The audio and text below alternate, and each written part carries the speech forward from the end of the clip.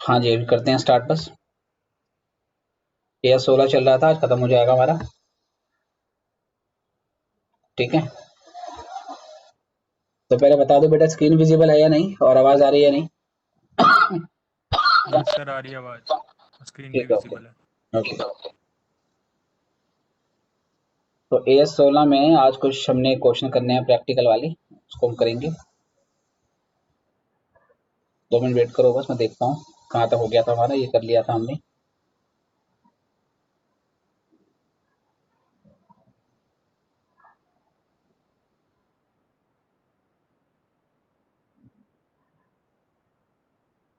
ठीक है, चलो।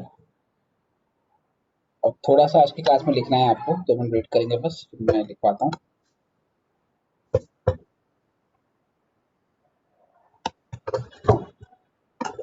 एक मिनट हाँ।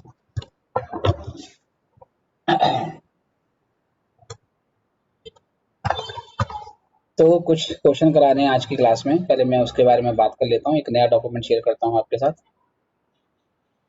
वेट करेंगे बिल्कुल।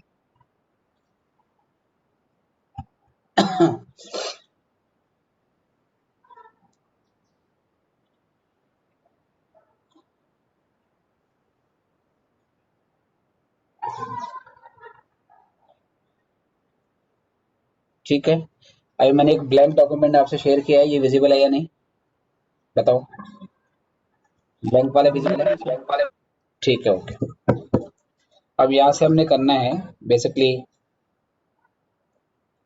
Calculation of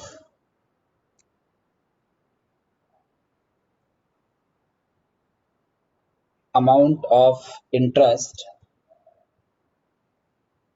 to be capitalised. ठीक है, इंटरेस्ट अगर हमने कैपिटलाइज करना है तो वो बेसिकली हम किस तरीके से निकालेंगे वो हमें सीखना है। ठीक है, ठीक है बेटे, इंटरेस्ट जो है हमने वो किस तरीके से कैपिटलाइज करना है वो हमने देखना है। चलो, तो पहले इसमें केस 1 है। Case 1, when borrowings is made specifically, or I should say exclusively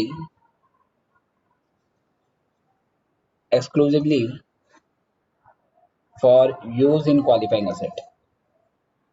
कभी कभार हम क्या करते हैं, क्वालिफाइंग एसेट बना रहे हैं और उस क्वालिफाइंग एसेट के लिए स्पेसिफिकली बोरो करते हैं।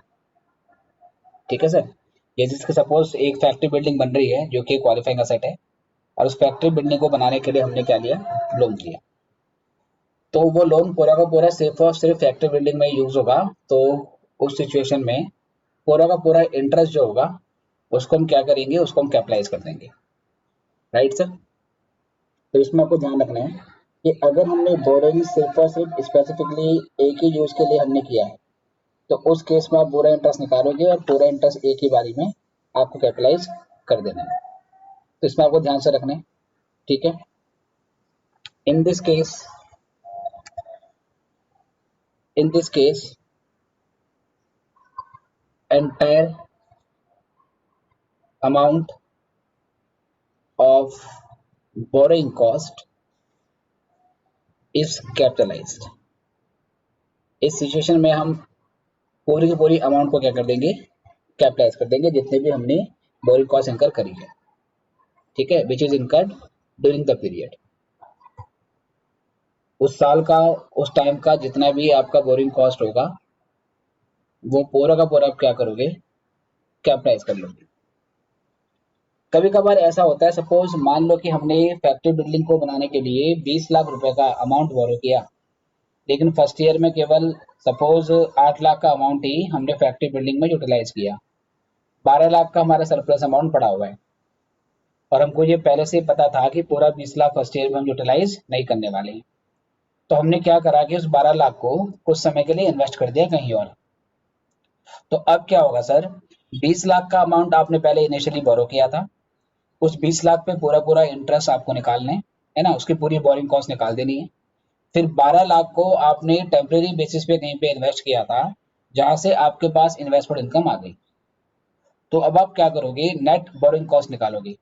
नेट बोरिंग कॉस्ट निकालने का मतलब है पूरा जो 20 लाख के ऊपर बोरिंग कॉस्ट आया उसमें से माइनस कर दोगे इन्वेस्टमेंट इनकम जो 12 लाख को इन्वेस्ट करने के बाद आई है। बाकी जो नेट अमाउंट बचेगा फिर नेट अमाउंट को आपने क्या कर देना है, आपने कैपिटलाइज कर देना है। If there is temporary temporary investment of temporary investment of surplus fund, then investment income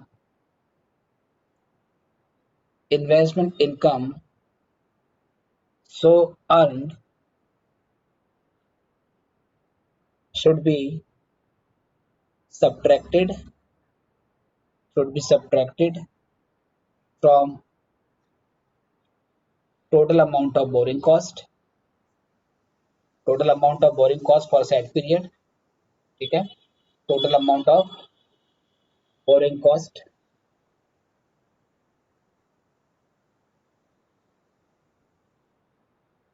for said period and then net borrowing cost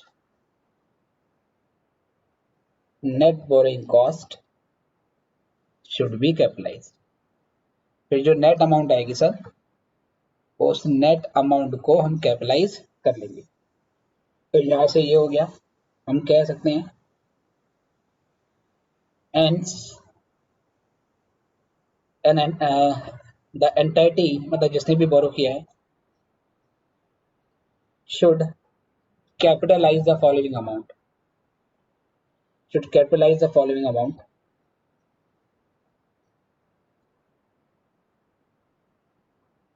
ठीक है सर। कितनी अमाउंट कैपिटलाइज करेगी वो देखना है आपको। इसका ये होगा actual borrowing cost incurred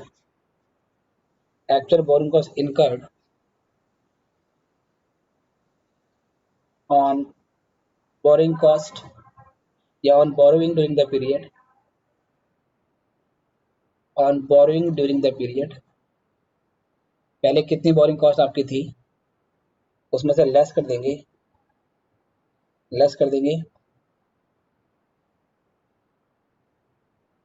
any income on the temporary investment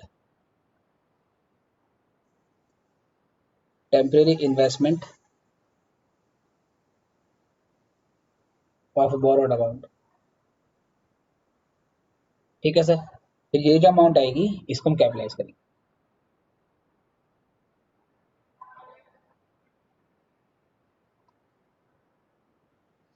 बताओ जी, क्लियर है या नहीं?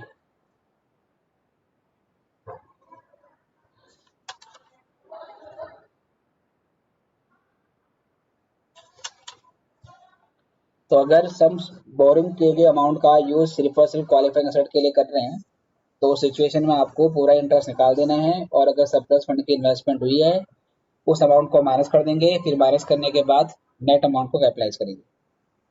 ठीक है, ये पहला केस हो गया। इसका पहला केस बिल्कुल सिंपल सा ही है। ठीक है, यहाँ तो हो गया सबका। सर एक बार एग्जांपल में समझा दो इसे। एग्जाम्पल में समझाऊँ, जाके देख लो। चलो एग्जाम्पल ले लो एक। देखो, during 2011-12 X Limited borrowed funds at 9% per annum for exclusive use in construction of a qualifying asset।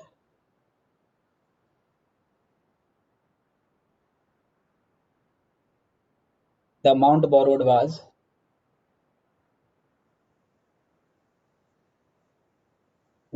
rupees 20 lakh।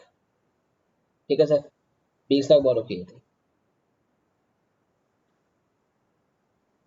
Out of it rupees 12 lakh were temporarily invested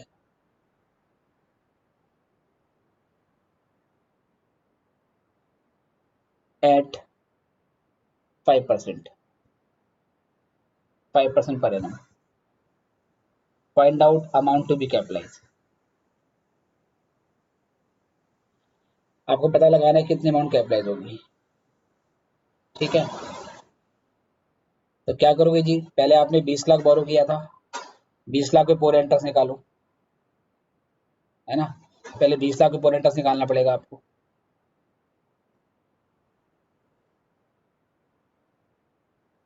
एक मिनट, हाँ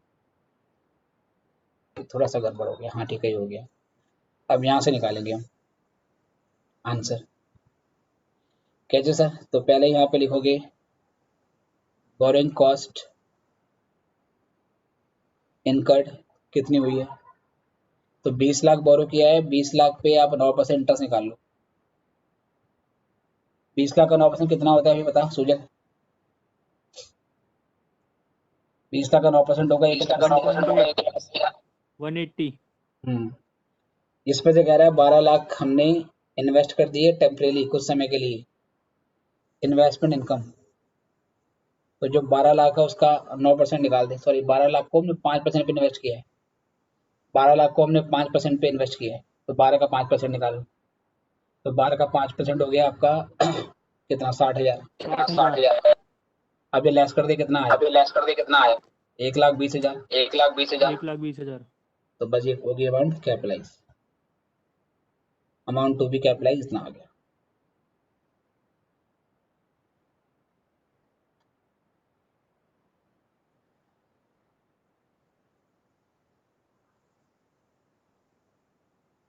इतनी अमाउंट हम कैपिटलाइज कर लेंगे।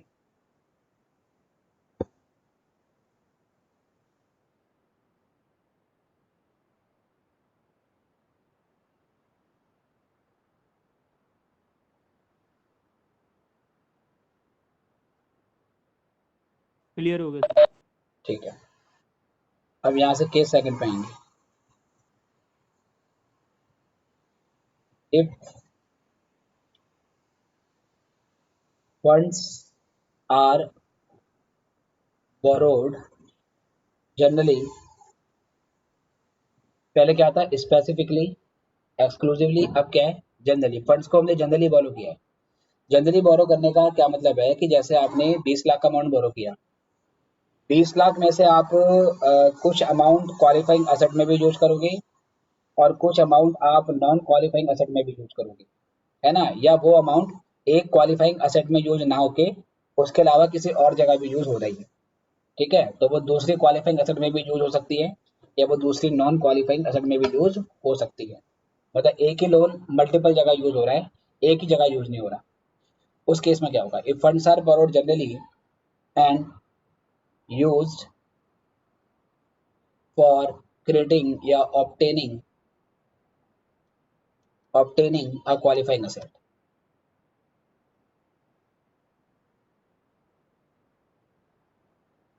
ठीक है सर, इस case में क्या होगा, इस केस में पहले हम वेटेड एवरेज क्या करेंगे sir, weighted average borrowing rate निकालेंगे। तो इस केस में क्या है, कैलकुलेट वेटेड एवरेज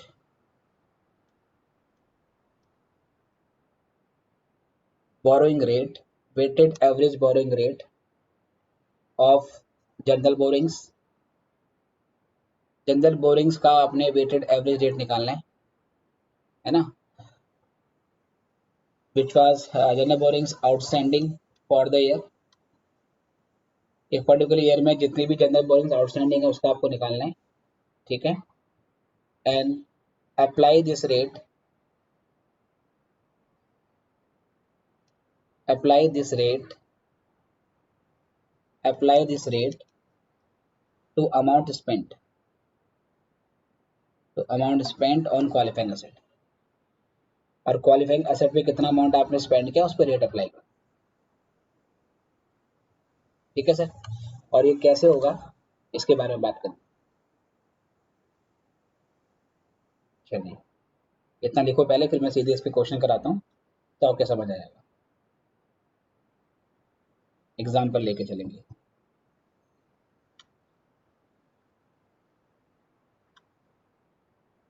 सर लिख लिया। चलो फिर क्वेश्चन देखो।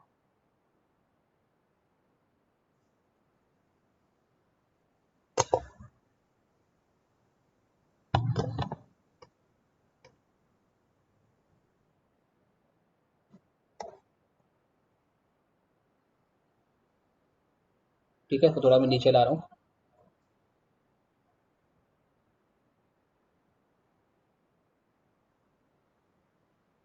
दो मिनट वेट करो बस।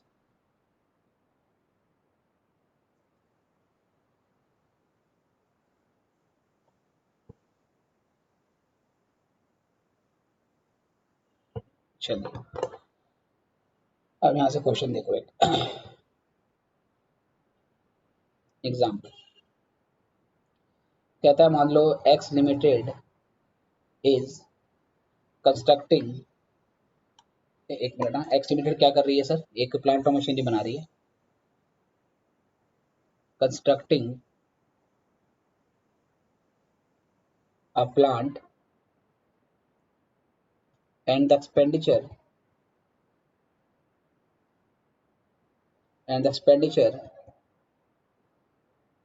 incurred till 31/3/2012 is ₹50 lakh.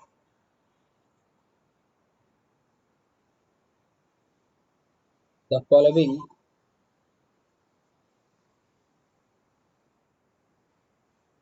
general borrowings as on, ठीक है, the following are the general borrowings as on 31/3/12। 31/3/12 को हमारे पास यही अमाउंट है। 10% डिवेंचर है 80 लाख का, या लाख 20 लाख में अमाउंट है। 12% बैंक लोन है, इसका अमाउंट 20 लाख है। और 9% का पब्लिक डिपॉजिट्स है, ये आपका 50 लाख है। इसको जोड़ के 150 लाख का अमाउंट होता है। ठीक है, तो क्वेश्चन में आपको बस यही निकालना है, इसमें find out amount to be capitalise, find out amount to be capitalise. ठीक है सर, 150 लाख का लोन लिया है और 50 लाख रुपए भी खर्च कर दिए हैं इस पे। ओके जी, तो इसमें सबसे पहले क्या करना है आपको, वेटेड इंटरेस्ट रेट आपको निकालना है। अब वेटेड इंटरेस्ट रेट आप किस तरीके से निकालेंगे, इसको दो तरीके से कर सकते हैं, है ना। तो पहले इसमें हेडिंग लिखोगे आप, calculation of weighted average borrowing rate, ये निकालेंगे पहले। ये कैसे निकलेगा देखो, तो इसमें टाइप ऑफ लोन कौन कौन सा है सर, वो देख लो, या टाइप ऑफ बोरिंग कर लो। फिर यहाँ पे उसके बाद क्या नाम है, रेट लिख लो इसका, रेट ऑफ इंटरेस्ट। और उसके बाद फिर यहाँ पर इंटरेस्ट का अमाउंट निकाल लो, ₹20 लाख में निकालेंगे। तो आपको पहले ही बता रखा है 10% डिवेंचर है, तो मतलब इसका जो इंटरेस्ट रेट है वो 10% है, सिंपल। 12% बैंक लोन है, इसका रेट 12% है, मतलब 9% की आपकी पब्लिक डिपॉजिट्स है, तो ये 9% है। अब सर क्या करोगे, इंटरेस्ट निकालोगे, है ना। अमाउंट कितना बोरो किया इसका हमने, 80 लाख। एक कॉलम आप चाहें तो इंटरेस्ट रेट का ना बना के आप सीधे क्या कर सकते हो, लाइक अमाउंट बोरो का लिख लो। तो चलो मैं ये रेट ऑफ इंटरेस्ट वाला जो कॉलम है इसको हटा देते हैं, एक मिनट, हाँ।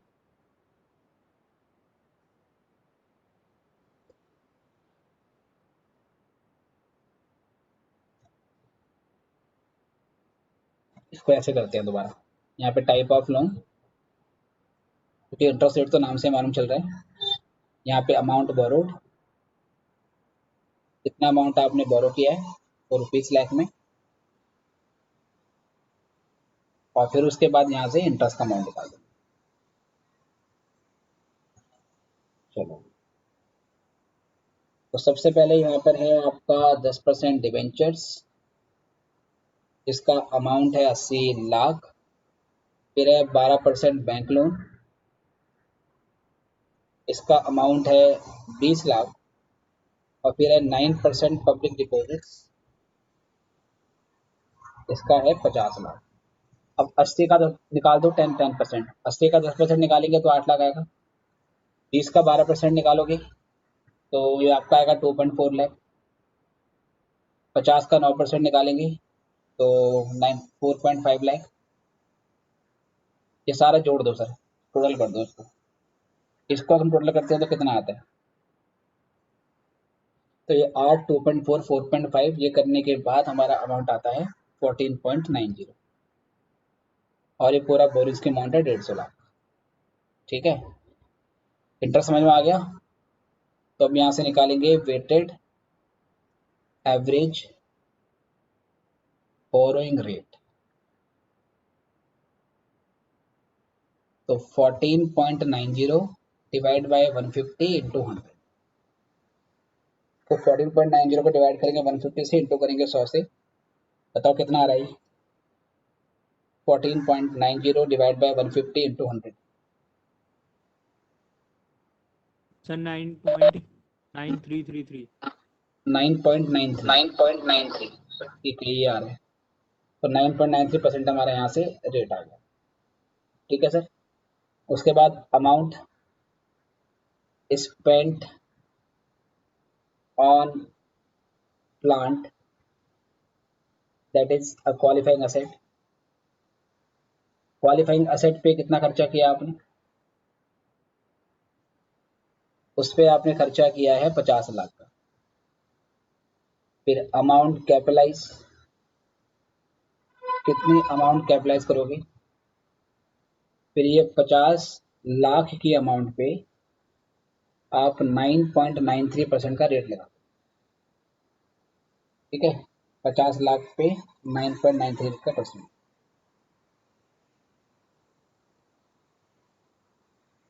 कितना आ रहा है बताइए। सर 496,500। 50 इंटू 9.93 परसेंटेज 4.965, तो ये आएगा आपका ₹4.965 लैख। इतना अमाउंट हमारा क्या क्या है।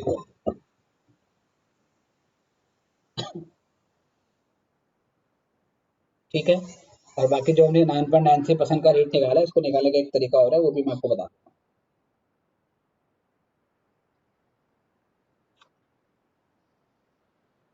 आई कैसे क्लियर है, तो यहाँ से आगे देखो।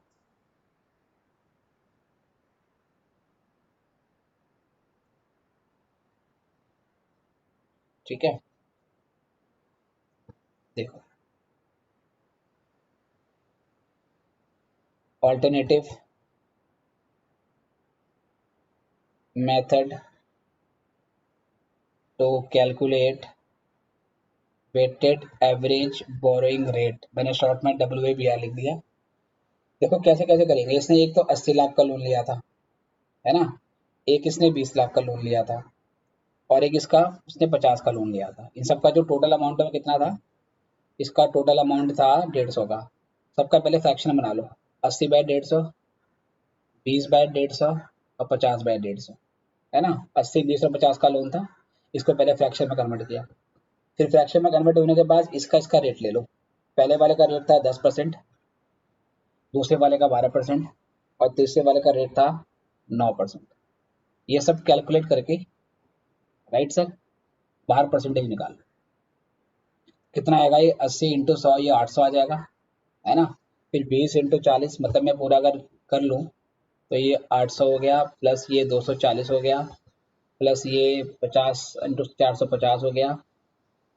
उसके बाद डिवाइड बाय तुम्हारा क्या हो गया, मतलब ये 150 हो गया। अब यहाँ से निकाल लो कितना रेट बनता है इसका। 10 का 80 बटा 150, 800 by 150, nine 800 point by nine three 150। Percent वही नाइन आ पॉइंट रहा है। नाइन थ्री परसेंट हाँ तो वो 9.93% ही आया। ऐसे भी निकाल सकते हैं। ओके, तो ये तो शॉर्टकट है, इसका रेट निकाल लेते हैं। और इस पे मैं एक क्वेश्चन और भी आपको करवाता हूँ। कभी कभार खर्चे किस किस डेट पे करें, उसकी डेट की हमें क्वेश्चन दी होती है। ये हो गया, आई कैसे क्लियर होगा। Yes sir done. चलो एक क्वेश्चन और लेते हैं यहाँ से। कहता है X limited begin construction of a new plant on 1 April 2008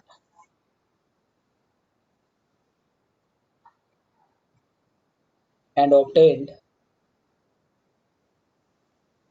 a special loan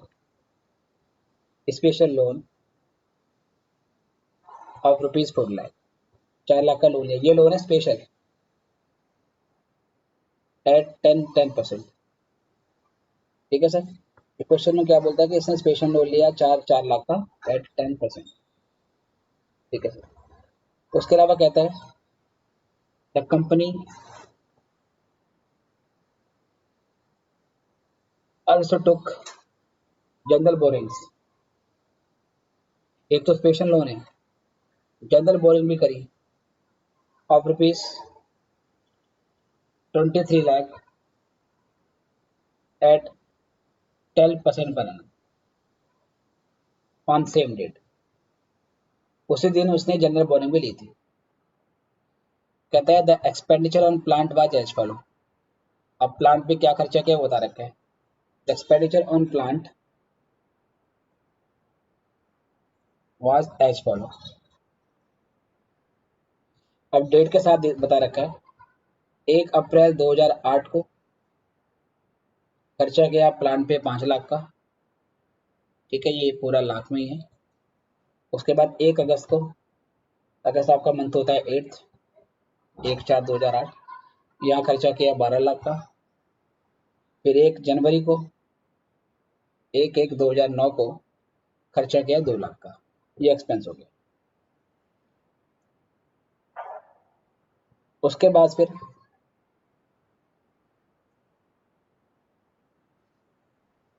the companies other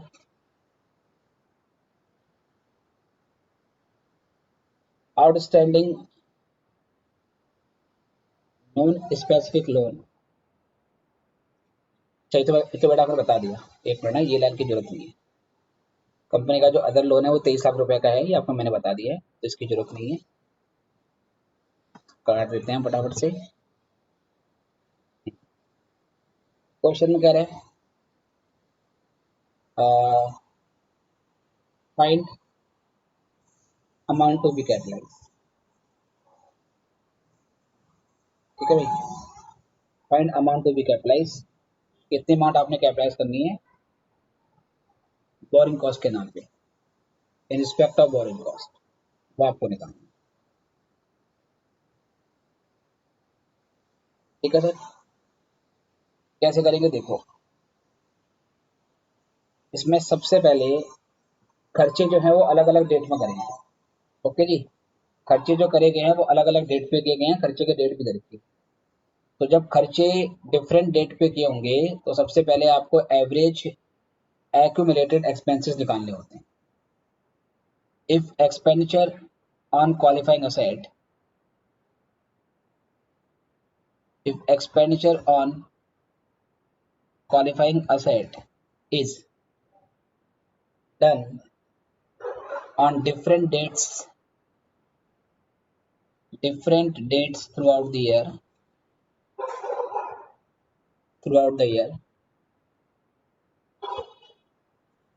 then we calculate, क्या निकालेंगे हम, एवरेज एक्यूमुलेटेड एक्सपेंसेस। हम एवरेज एक्यूमुलेटेड एक्सपेंसेस निकालेंगे, ठीक है। अब सर ये हम कैसे निकालते हैं, ये देखना है आपने। एवरेज एक्यूमुलेटेड एक्सपेंसेस कैसे निकालेंगे, तो सबसे पहले आप ये देखो खर्चा कितना कितना किया उसने। उसने खर्चा किया 5 लाख का, है ना। कब किया सर, अप्रैल में। तो अप्रैल से लेकर साल खत्म होने तक है, कितने कितने मंथ बाकी थे, 12 महीने बाकी हैं, तो 12/12 ले लिया। अगला खर्चा उसने अगस्त में किया 12 लाख का, अपॉन में तो 12 ही लिखेंगे हम। अब आप अगस्त से लेकर बेटा, अगस्त से लेकर काउंट करेंगे मार्च तक, तो अगस्त सितंबर अक्टूबर नवंबर दिसंबर जनवरी फरवरी मार्च, 8 महीने। तो 8/12 करना पड़ेगा इसका। तो 12 लाख का 8/12 निकालोगे तो ये आ जाएगा आपका 8 लाख।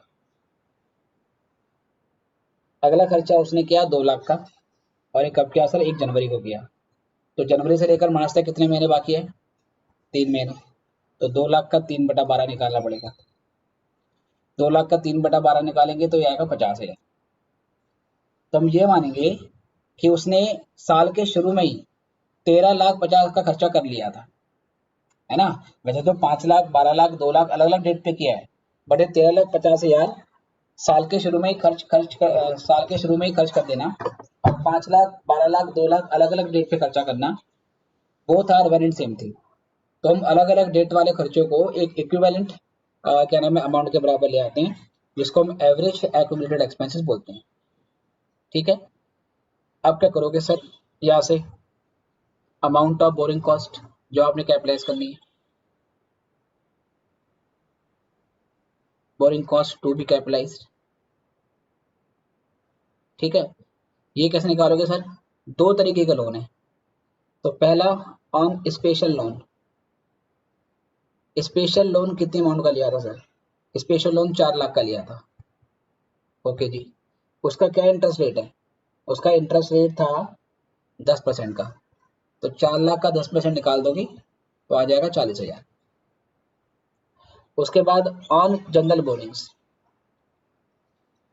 जनरल बोरिंग के लिए क्या करोगे, ध्यान से देखना। ये जो 13,50,000 का हमने खर्चा किया, ये स्पेशल लोन और जनरल बोरिंग्स को यूटिलाइज करके किया। तो सबसे पहले मैंने ये मान लिया कि 13,50,000 में से 4 लाख तो मैंने स्पेशल बोरिंग वाले खर्च किए होंगे, मतलब कि ये वाले, है ना। 13,50,000 का जो पूरा खर्चा मैंने किया, वैसे तो खर्चा 5 लाख, 12 लाख, 2 लाख किया एक्चुअल में, पर ये अलग अलग डेट में गया था। इन तीन अमाउंट को एक सिंगल अमाउंट में कन्वर्ट किया, वो 13,50,000 आई। 13,50,000 में से अगर 4 लाख स्पेशल लोन में से खर्च किया है, तो बाकी का जो बचा 9,50,000 वो हमने जनरल बोरिंग्स में किया होगा। और जनरल बोरिंग का एक ही रेट इसमें दे रखा है, कितना सर, 12%। तो 9,50,000 का 12% निकाल देंगे, और 9,50,000 का अगर 12% निकालते हैं तो कितना आता है, ये देखना पड़ेगा हमें। तो 9,50,000 इंटू 12%, तो ये आता है 1,14,000। तो 1,14,000 ये आता है। तो टोटल मिला के कितना हो जाएगा सर, 1,54,000। तो इतनी अमाउंट हम करेंगे कैपिटलाइज, ठीक है। पहले स्पेशल लोन 4 लाख का था, 4 लाख पे उसके रेट से निकाल दिया। फिर जो टोटल खर्चे आए थे हमारे 13,50,000 वाले, उसमें स्पेशल लोन वाला माइनस किया, क्योंकि सबसे पहले आप स्पेशल लोन को ही यूटिलाइज करोगे, और स्पेशल लोन यूटिलाइज होने के बाद फिर जनरल बोरिंग को यूज करोगे। तो जनरल बोरिंग कितने की बची, है ना, जनरल बोरिंग पे खर्चा कितना बचा, तो 13,50,000 में से 4 लाख माइनस किया, 9,50,000, और फिर उस पर रेट लगा दिया हमने। तो ये भी हमारा क्वेश्चन हो गया। इसको करें, फिर उसके बाद कोई नेक्स्ट क्वेश्चन देखते हैं अगर मिलता है तो मुझे।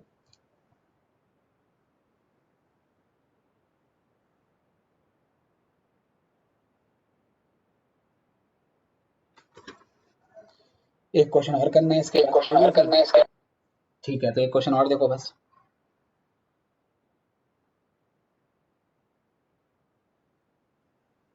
ये लास्ट सर ये क्वेश्चन केस है। दो ही है इसके। हाँ, दो ही केस है। Okay sir. अगला केस देखो। अगले क्वेश्चन में कहता है कि सेम एक्स लिमिटेड मान लेते हैं, चलो। Begin construction of a building, ठीक है, on 1 January 2007. It obtained rupees 1 lakh special loan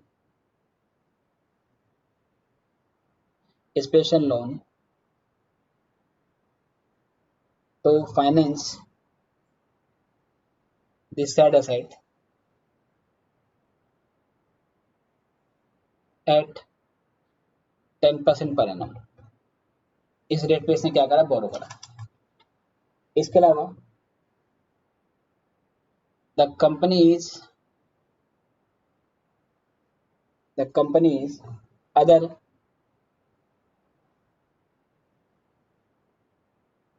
outstanding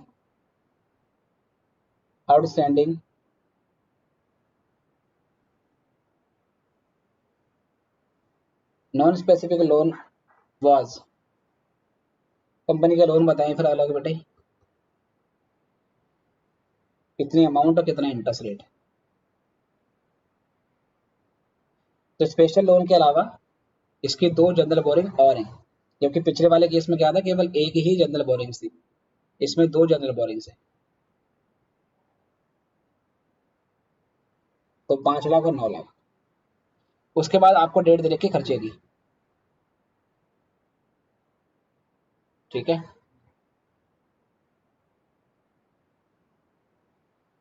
चलो, ये ऊपर क्यों नहीं जा रहा भाई, 1 मिनट। हाँ,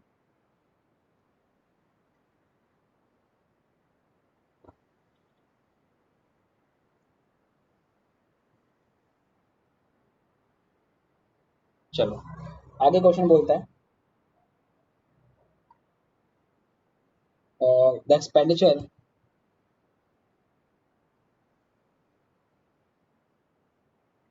वाज मेड एज फॉलो, पैसे हमने ऐसे ऐसे खर्च किए, उसकी डेट आपको बताता है। क्वेश्चन में कहता है कि आपने खर्चा किया कुछ इस तरीके से, और लोन कब लिया था हमने, लोन लिया था शायद 1 जनवरी को ना, एक बार देख लेते हैं, 1/4 को लिया था, 1/1, हाँ ठीक है, 1/1/2007 को लिया था, ठीक है जी। और ईयर एंड मारो हमारा हो रहा है अब के बार बेटा, ये हो रहा है हमारा 31 दिसंबर में। तो पहला डेट है हमारा 1/1/2007। इस दिन हमने खर्चा किया है 2 लाख का, रुपीस लाख की अमाउंट है। उसके बाद फिर अप्रैल में कराया हमने 1/4/2007, 2.5 लाख का अमाउंट। जुलाई में 1/7/2007, 4.5। सितंबर में 1/1/7, 1.2। अभी सारा अमाउंट जोड़ लो बेटा, 2 और 2 4, 4 और 4 8, 8 1 9, 10.2, ठीक है। 2 2 4, हाँ इतना बेटा आपने खर्चा किया अलग अलग डेट पे, बाकी टोटल नहीं करोगे तो भी चलेगा। क्वेश्चन वही कह रहा है आपको, find amount of borrowing cost capitalise, ठीक है। कितनी बोरिंग कॉस्ट आप कैपिटलाइज करोगे वो आपको यहाँ से निकालनी है। अब देखो इसमें भी खर्चा क्या है, अलग अलग डेट पे हो रहा है, 1 तारीख को, और एक दिन क्वेश्चन में और बोल दी ईयर एंड्स ऑन 31 दिसंबर। मान लो कि आपका फाइनेंशियल ईयर जनवरी से लेकर कौन सा वाला है, दिसंबर वाला है ना, ये मान के चलो। चलो तो क्वेश्चन में कह रहा है कि आपको बोरिंग कॉस्ट की अमाउंट निकालनी है जो कि आप कैपिटलाइज करोगे, कि लास्ट वाले खर्चे की डेट 1/12 है, 1/12/2007, 1/1/1/4, 1/7/1/12। तो क्योंकि इसमें भी खर्चा अलग अलग डेट पे हो रहा है, तो पहले क्या करोगे, पहले निकालोगे आप एवरेज एक्यूमुलेटेड एक्सपेंसेस, ओके जी। तो एवरेज एक्यूमुलेटेड एक्सपेंसेस आप कैसे निकालेंगे सर, पहले खर्चा ले लो 2 लाख का, ये 1 जनवरी में किया था, तो इसका 12/12, 2 लाख। दूसरा खर्चा 2.5 लाख का किया है 1 अप्रैल में। अप्रैल से लेकर दिसंबर तक कितने महीने हो गए सर? 9 महीने हो गए। 9/12 तो 187,500। उसके बाद अगला खर्चा 4.5 लाख का किया है जुलाई में। जुलाई से लेकर दिसंबर तक आपके 6 महीने हो गए, तो ये 4.5 का आधा 225 हो गया। अगला खर्चा क्या है दिसंबर में, है ना, कितना सर? ये है हमारा 1,20,000। दिसंबर में एक ही महीना बचा, फिर 1/12 तो ये हो गया 10,000। ये पूरी अमाउंट जोड़ ली तो टोटल आएगा 6,22,500। तो जिसमें भी खर्चा अलग अलग डेट में होगा, पहले आपको एवरेज एक्यूमुलेटेड एक्सपेंस निकाल लीजिए। इसके बाद फिर क्या करेंगे? इसके बाद फिर यहाँ से हम निकालेंगे sir weighted average borrowing rate. ये क्यों निकालना पड़ा? क्योंकि जनरल बोरिंग में अब की बार दो बोरिंग्स हैं। पिछले वाले क्वेश्चन में जनरल बोरिंग 23 लाख की थी, तो उसका सिंगल बोरिंग पे रेट निकालने की जरूरत नहीं होती। बट यहाँ पे जनरल बोरिंग में, जहाँ पर जनरल बोरिंग में दो या दो से ज़्यादा लोन हो, वहाँ पर वेटेड एवरेज बोरिंग रेट निकालोगे। Weighted average borrowing rate of general borrowings. ठीक है जी। अब की बार अगर मैं शॉर्टकट लगाऊं तो उसके दो लोन कौन कौन कौन से हैं सर? एक लोन उसने 11 लाख का लिया है जिसका रेट, एक लोन उसने 5 लाख का लिया है जिसका रेट 11% है, और एक लोन उसने लिया था 9 लाख का जिसका रेट 13% है। ये वाला सर, इसकी बात कर रहा हूँ मैं। ये इसकी जनरल बोरिंग से। तो इसका हमें क्या करना है, वेटेड रेट निकालना है। तो 5 लाख का और 9 लाख का रेशो लगा के इसको रेट लगा देते हैं, है ना। या पहले इसका इंटरेस्ट निकालो, आपकी मर्जी है सर। अगर आपको लॉन्ग कट वाले से करना है तो यहाँ पर टाइप ऑफ लोन, फिर यहाँ पर अमाउंट बोरोड, कितना अमाउंट हमने बोरो किया, और उसके बाद यहाँ पर सर इसका इंटरेस्ट कितना कितना बना। चलो लॉन्ग कट से ही कर लेते हैं।